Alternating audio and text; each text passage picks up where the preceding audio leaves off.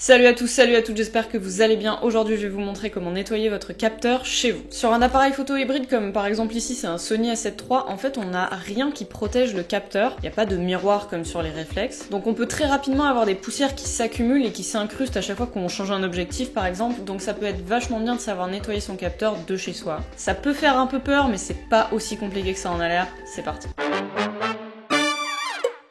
Bon, premier truc, je le dis quand même, vous savez que si vous avez besoin de faire nettoyer votre appareil photo, vous pouvez l'envoyer dans une boutique photo, mais c'est pas le sujet aujourd'hui. Pour repérer des poussières, en général, c'est quand même assez simple, ça se voit très vite si vous prenez en photo une zone claire, donc un ciel par exemple, ou si vous faites une pause longue. Donc par exemple, si vous faites une photo, vous faites une pause longue à 30 secondes, vous allez voir plein de poussières partout sur votre capteur, il va être temps de le nettoyer. D'ailleurs, si vous voulez voir précisément où sont ces poussières, ou s'il y a des taches, etc., vous pouvez mettre ces photos-là sur un logiciel de retouche, n'importe lequel. Vous augmentez bien le contraste et vous allez voir que les poussières vont apparaître plus clairement. Ok, on va commencer par les trucs à ne pas faire. Jamais, jamais, jamais. On ne touche pas un capteur avec ses doigts, on ne souffle pas dessus avec sa bouche, et on ne le nettoie pas avec un chiffon microfibre. Quand vous faites ce genre de truc, vous risquez soit de rajouter de la poussière par-dessus, soit de faire des taches ou même de rayer votre capteur, et ça par contre, ça peut être vraiment problématique. Après, il y a quand même pas mal de couches de protection sur un capteur, donc vous avez de la marge, c'est juste qu'il faut quand même vraiment éviter de faire ce genre de choses. Un petit mot aussi sur les bouteilles à air comprimé. Faut faire assez attention avec ces petites bouteilles-là,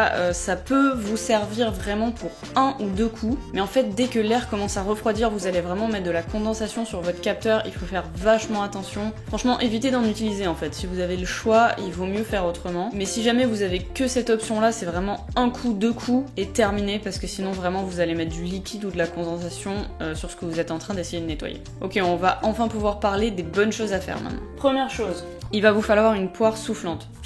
Ça ressemble à peu près toujours à quelque chose comme ça, ça se trouve plutôt dans les magasins photos ou même à la Fnac, enfin il y en a un peu partout. Et ça va souffler de l'air pur, en fait il va pas y avoir forcément de poussière à l'intérieur ou de risque de condensation, etc. C'est vraiment le moyen le plus simple, vous mettez quelques coups à l'intérieur de votre capteur, ça va enlever vraiment la majorité des poussières. Une chose à savoir quand vous faites ça, donc quand vous ouvrez votre appareil photo, que vous mettez le capteur à découvert et que vous allez souffler dessus, c'est mieux de pas laisser votre appareil photo dans ce sens-là avec le capteur vers le haut. Nous on veut évacuer la poussière, donc il vaut mieux plutôt placer votre appareil photo avec le capteur vers le bas. Donc vous mettez quelques coups de poire, un peu dans tous les coins, et comme ça la poussière va tomber vers le bas. Logique. La gravité quoi. Vous prenez aucun risque avec ça et c'est vraiment un très bon point de départ. Le deuxième outil dont je vais vous parler, c'est plutôt ces petites languettes là. Donc ce genre de choses, c'est vraiment un peu pour passer au niveau au-dessus, pour vraiment bien nettoyer votre capteur. C'est très utile aussi pour tout ce qui est tâches par exemple. C'est très facile à utiliser, aucun souci. En général, vous avez pas mal de languettes dans la boîte et un petit tube comme ça avec du liquide nettoyant. Le principe, c'est de mettre une ou deux gouttes, 3 gouttes maximum sur le bout de la languette et de nettoyer votre capteur. Vous passez dessus une ou deux fois maximum. L'idée, c'est de pas réutiliser la même languette au même endroit plusieurs fois, parce que sinon vous risquez de soit d'étaler un peu vos tâches, soit de remettre de la poussière, enfin en tout cas ce que vous étiez en train d'enlever, vous allez risquer de le remettre sur votre capteur. Donc le mieux c'est de faire un passage sur votre capteur avec une languette, et si vous avez besoin de faire un deuxième passage, de prendre une autre languette. Pareil, on remet une ou deux gouttes sur le bout et on refait un passage. Vous verrez, vous sentirez, vous pouvez quand même appuyer un petit peu sur votre capteur pour bien ramasser les poussières et enlever les tâches. Appuyez pas comme un gros bourrin non plus, parce que c'est un capteur, c'est assez fragile, mais vous pouvez quand même appliquer un peu de pression dessus quoi. Enfin, pour certains boîtiers, on a une option à l'intérieur du boîtier, dans le menu, qui permet de faire vibrer le capteur et donc de faire tomber les poussières. Sur mon appareil en particulier, du coup comme je vous disais, c'est un Sony A7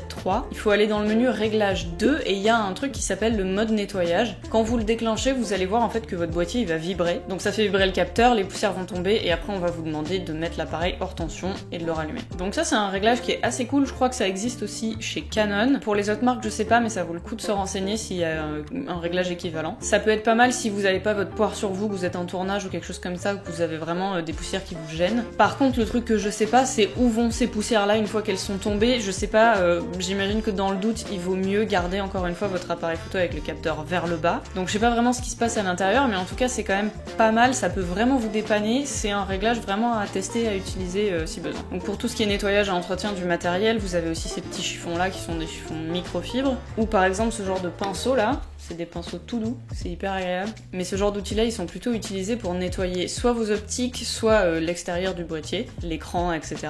Donc plutôt à éviter au niveau du capteur, surtout les pinceaux du coup en fait si les poils se détachent et qui se mettent sur le capteur, ben ça fait un peu l'effet inverse de ce qu'on recherche. Donc vraiment la procédure à suivre au final c'est un coup de poire et les petites languettes si besoin. Franchement c'est assez simple à faire, si on fait ça dans un endroit qui est calme, où il n'y a pas trop de mouvements, etc., de poussière en suspension, tout ça, ça vous posera aucun problème à faire chez vous, c'est pas compliqué et ça vous fera aussi économiser de l'argent. Voilà, j'espère que cette vidéo va vous servir, n'hésitez pas si vous avez des questions ou des remarques à mettre un petit commentaire, n'oubliez pas de laisser un petit j'aime avant de partir, vous pouvez aussi vous abonner et activer les notifications pour pas rater les prochaines vidéos. Nous on se retrouve très vite, salut!